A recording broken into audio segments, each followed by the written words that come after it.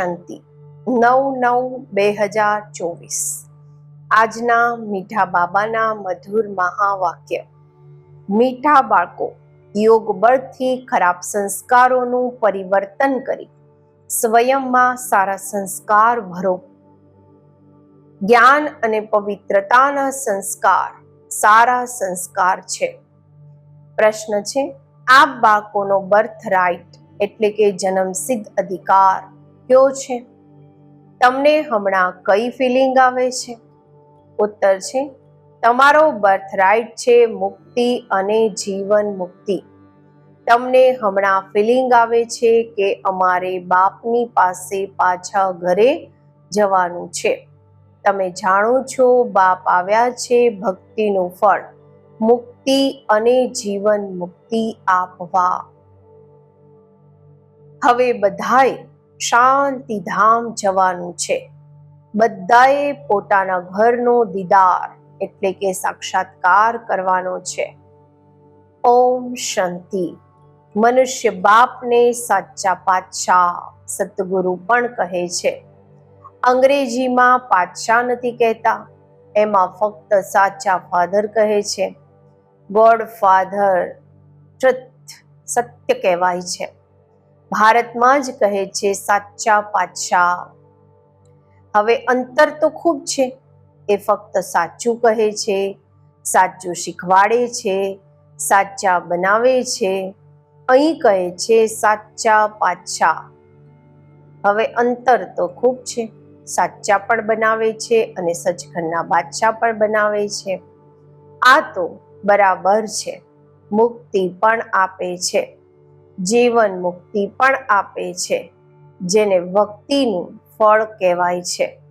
Liberation એટલે કે મુક્તિ અને ફ્રુશન એટલે કે જીવન મુક્તિ। ભક્તિનું ફળ આપે છે લિબરેશન અને લિબરેટ કરે છે, મુક્ત કરે છે। તમે જાણો છો, બાળકો જાણે છે કે અમને બંને આપે છે, મુક્તિ અને જીવન મુક્તિ। લિબરેટ તો બધાને કરે છે, ફળ તમને આપે છે। લિબરેશન એટલે કે મુક્તિ અને ફ્રુશન એટલે કે જીવન મુક્તિ। આ પણ ભાષા બનાવેલી છે ને। ભાષાઓ તો ખૂબ છે, શિવ બાબાના નામ પણ ખૂબ રાખી દે છે। કોઈને કહો એમનું નામ શિવ બાબા છે તો કહી દે છે અમે તો એમને માલિક જ કહીએ છીએ। માલિક તો ઠીક છે, પરંતુ એમનું નામ પણ જોઈએ ને। નામ રૂપથી ન્યારી કોઈ વસ્તુ હોતી નથી। માલિક પણ કોઈ વસ્તુના ના બને છે ને, નામ રૂપ તો જરૂર છે। હવે આપ બાળકો જાણો છો બાપ બરોબર લિબરેટ પણ કરે છે અને પછી શાંતિધામ એમાં બધાએ જવાનું જરૂર છે। પોતાના ઘરનો સાક્ષાત્કાર બધાએ કરવાનો છે। ઘરેથી આવ્યા છે તો પહેલા એનો સાક્ષાત્કાર કરશે, એને કહેવાય છે ગતિ સદગતિ। શબ્દ કહે છે પરંતુ અર્થ રહિત। આ બાળકોને તો ફિલિંગ રહે છે અમે પોતાના ઘરે પણ જઈશું અને ફળ પણ મળશે। નંબર વાર તમને મળે છે તો બીજા ધર્મવાળાઓને પણ પછી સમય અનુસાર મળે છે। બાપે સમજાવ્યું હતું, આ પરચી છે ખૂબ સરસ, તમે સ્વર્ગવાસી છો કે નરકવાસી છો? આ બાળકો જાણો છો, આમાં મુક્તિ જીવન મુક્તિ। બાબા કહે છે બંને ઈશ્વરીય જન્મસિદ્ધ અધિકાર છે, તમે લખી પણ શકો છો। બાપ પાસેથી આ બાળકોને આ જન્મસિદ્ધ અધિકાર મળે છે। બાપના બનવાથી બંને વસ્તુ પ્રાપ્ત થાય છે। તે છે રાવણનો જન્મસિદ્ધ અધિકાર, આ છે પરમપિતા પરમાત્માનો જન્મસિદ્ધ અધિકાર। આ છે ભગવાનનો જન્મસિદ્ધ અધિકાર, તે છે શૈતાનનો જન્મસિદ્ધ અધિકાર। આ એવી રીતે લખવું જોઈએ જે કંઈક સમજી શકે। હવે આ બાળકોએ સ્વર્ગ સ્થાપન કરવાનું છે, કેટલું કામ કરવાનું છે। હમણાં તો જાણે કે બેબી એટલે કે નાનું બાળક છે. જે મનુષ્યો કળિયુગ માટે કહે છે કે હજુ નાનું બાળક છે. બાપ કહે છે સતયુગની સ્થાપનામાં બેબી છે. હમણાં આ બાળકોને વારસો મળી રહ્યો છે. રાવણનો કોઈ વારસો નહીં કહેવાશે. ગોડફાધર પાસેથી તો વારસો મળે છે. એ કોઈ ફાધર થોડી છે. તેને તો શૈતાન કહેવાય છે. બાબા કહે છે રાવણ તો 5 વિકાર છે અને રાવણ પાસેથી વારસો મળે છે એ વિકારનો મળે છે. એને વારસો તો નહીં કહેવાશે. ગોડફાધર પાસેથી જ વારસો તો મળે છે. એ કોઈ ફાધર થોડી છે. એને તો શૈતાન કહેવાય છે. શૈતાનનો વારસો શું મળશે? 5 વિકાર મળે છે. શો પણ કેવો એવો કરે છે, દેખાવ કરે છે, તમો પ્રધાન બની જાય છે. હવે દશેરા કેટલો ઉજવે છે, સેરેમની મનાવે છે, ઉત્સાહ મનાવે છે, ખૂબ ખર્ચા કરે છે, વિદેશથી પણ નિમંત્રણ આપીને બોલાવે છે. સૌથી નામી ગ્રામી દશેરા ઉજવે છે મૈસૂરમાં. પૈસાવાળા પણ ખૂબ છે. રાવણ રાજ્યમાં પૈસા મળે છે તો અક્કલ જ ચટ થઈ જાય છે. બાપ વિસ્તારમાં સમજાવે છે આનું નામ જ છે રાવણ રાજ્ય. તેને પછી કહેવાય છે ઈશ્વરીય રાજ્ય. રામ રાજ્ય કહેવું પણ ખોટું થઈ જાય છે.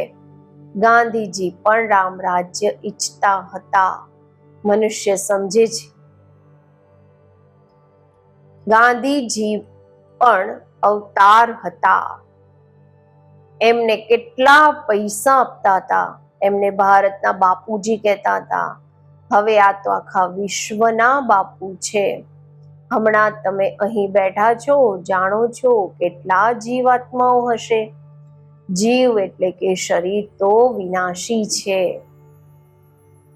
બાકી આત્મા છે અવિનાશી. આત્માઓ તો અનેક છે. જેમ ઉપર તારાઓ રહે છે ને, તારાઓ વધારે હોય છે કે આત્માઓ વધારે હોય છે?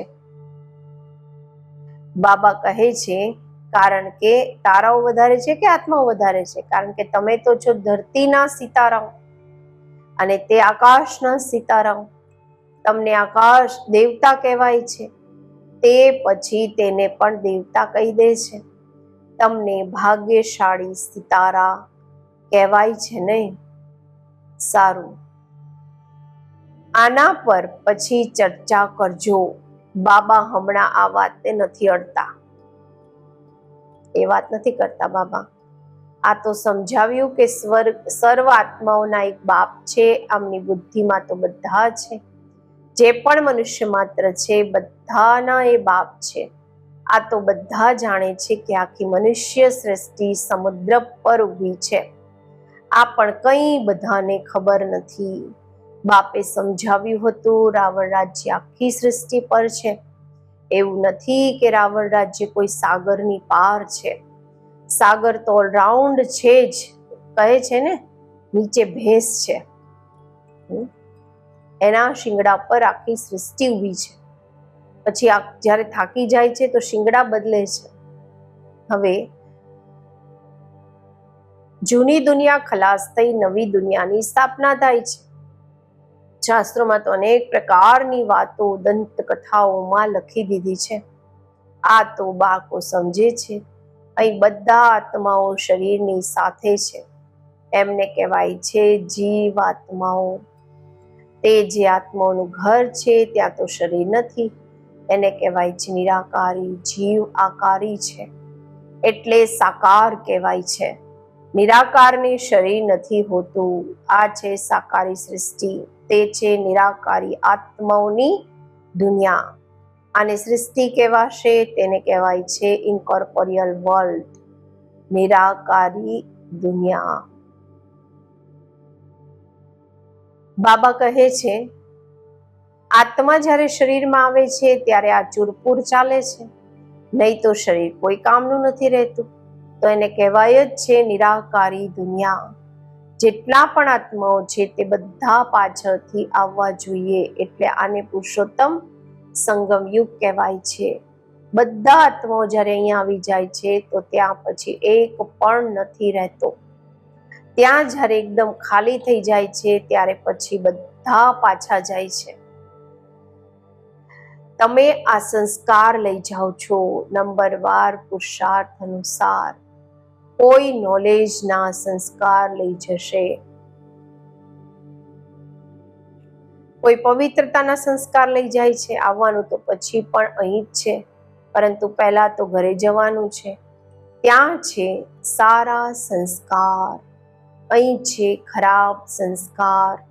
સારા સંસ્કાર બદલાઈને ખરાબ સંસ્કાર થઈ જાય છે, પછી ખરાબ સંસ્કાર યોગ બળથી સારા થાય છે.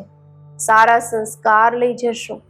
બાપમાં પણ ભણાવવાના સંસ્કાર છે ને, જે આવીને સમજાવે છે. રચયિતા અને રચનાના આદિ મધ્ય અંતના રહસ્ય પણ સમજાવે છે. બીજની પણ સમજણ આપે છે, તો આખા ઝાડની પણ સમજણ આપે છે. બીજની સમજણ છે જ્ઞાન, અને ઝાડની સમજણ પણ થઈ શકે છે. બાબા કહે છે એ છે ભક્તિ. ભક્તિમાં ખૂબ વિસ્તાર હોય છે ને. બીજને યાદ કરવું તો સહજ છે, ત્યાં જ ચાલ્યા જવું જોઈએ. તમો પ્રધાનથી સતો પ્રધાન બનવા માટે થોડો જ સમય લાગે છે. પછી સતો પ્રધાનથી તમો પ્રધાન બનવામાં એક્યુરેટ 5000 વર્ષ લાગે છે. આ ચક્ર એકદમ એક્યુરેટ બનેલું છે, જે રિપીટ થતું રહે છે. બાબા કહે છે બીજા કોઈ આ વાતો બતાવી ન શકે. તમે બતાવી શકો છો. અડધું અડધું કરાય છે, અડધું સ્વર્ગ, અડધું નર્ક. પછી એનો વિસ્તાર પણ બતાવે છે. સ્વર્ગમાં જન્મ ઓછા, આયુષ્ય વધારે, એટલે કે લાંબુ હોય છે.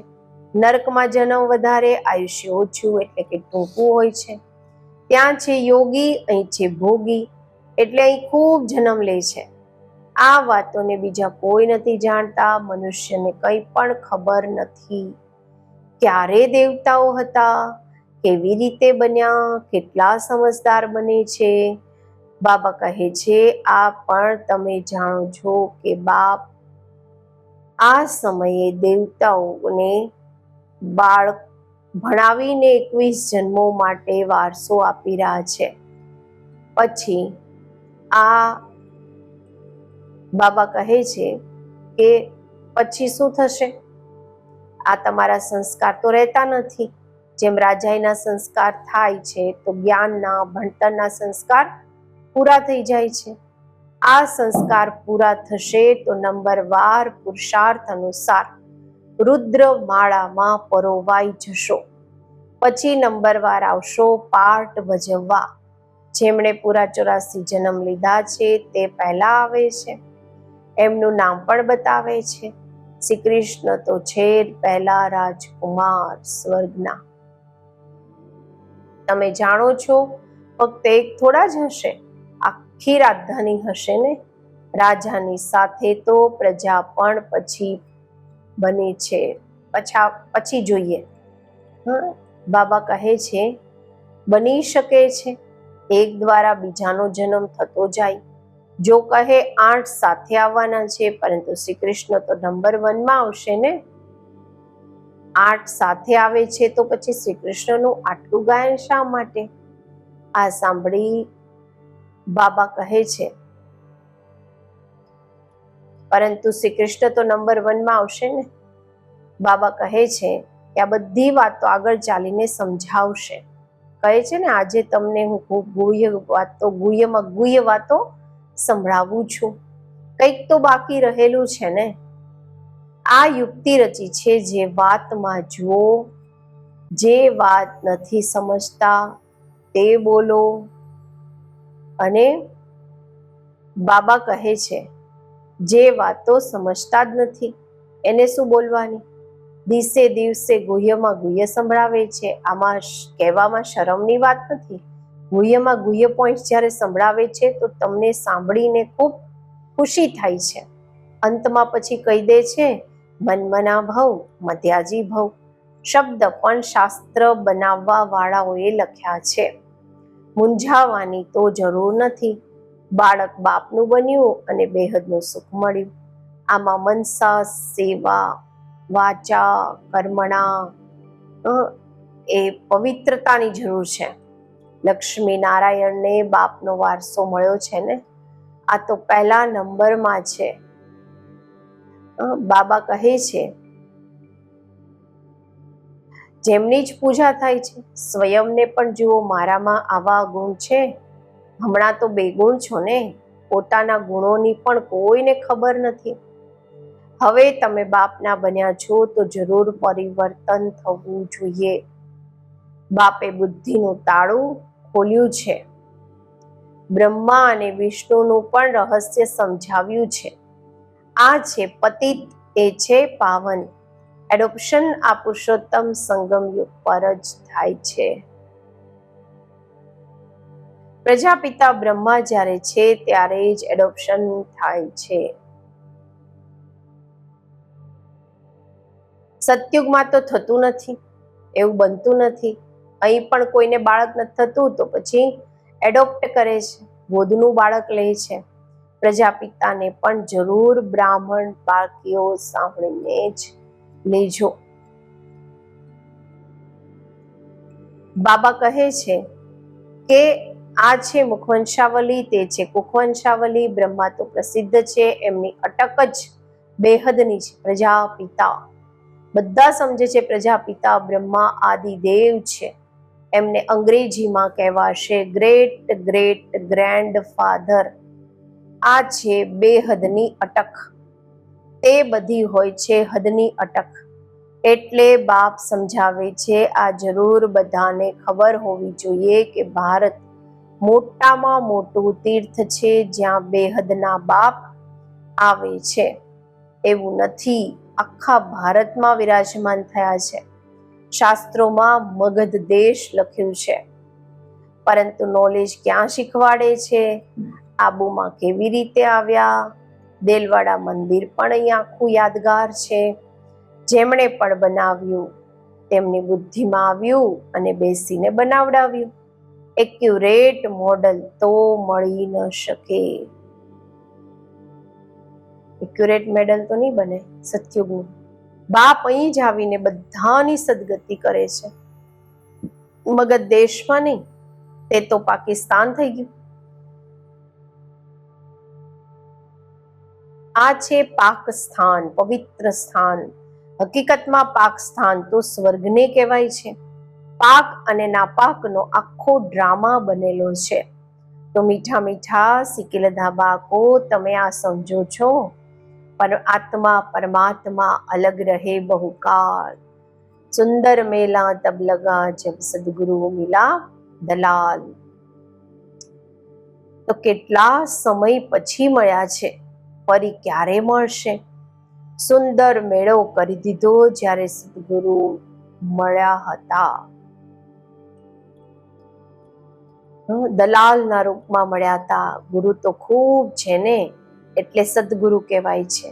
સ્ત્રીને જ્યારે હથિયાલો બાંધે પ્રતિજ્ઞા કરાવે છે તો પણ કહે છે આ પતિ તમારા ગુરુ ઈશ્વર બધું જ છે. પતિ તો પહેલા નાપાક બનાવે છે. બાબા કહે છે આજકાલ તો દુનિયામાં ખૂબ જ ગંદકી થઈ ગઈ છે. હવે આ બાળકોએ તો ગુલગુલ બનવાનું છે. આ બાળકોને પાક્કો હથિયાળો બાપ બાંધે છે. આમ તો શિવ જયંતીની સાથે જ રક્ષાબંધન થઈ જાય છે. ગીતા જયંતી પણ થઈ જવી જોઈએ.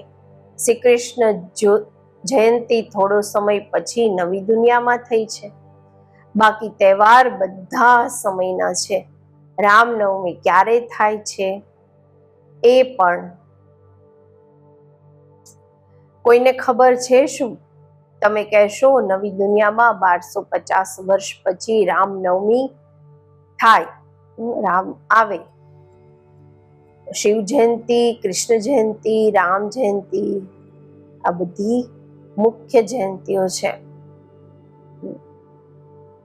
તો બાબા કહે છે આખી દુનિયાની જીવન કહાની તમને બતાવી શકો છો. લાખો વર્ષની તો કોઈ બાત નથી આવી શકતી. બાપ કેટલું સારું બેહદનું ભણતર એ ભણાવે છે.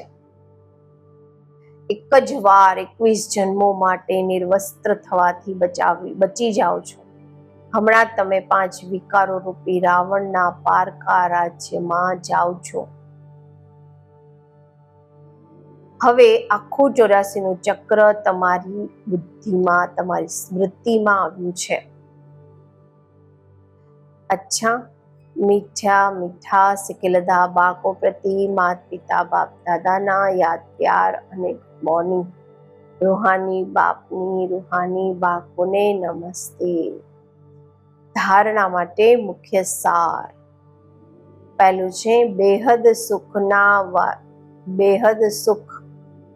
સુખના વારસો પ્રાપ્ત કરવા માટે મનસા વાચા કર્મણા પવિત્ર જરૂર બનવાનું છે. સારા સંસ્કાર યોગ બળથી ધારણ કરવાના છે. સ્વયંને ગુણવાન બનાવવાના છે. બીજું, સદા ખુશીમાં રહેવા વાળા માટે બાપ જે સ્વયં રોજ ગુહ્ય વાતો સંભળાવે છે એને સાંભળીને બીજાને સંભળાવવાની છે. કોઈ પણ વાતમાં મૂંઝાવાનું નથી. યુક્તિથી જવાબ આપવાનો છે. શરમ નથી કરવાની. આજનું વરદાન, સુખ સ્વરૂપ બની દરેક આત્માને સુખ આપવા વાળા માસ્ટર સુખદાતા ભવ.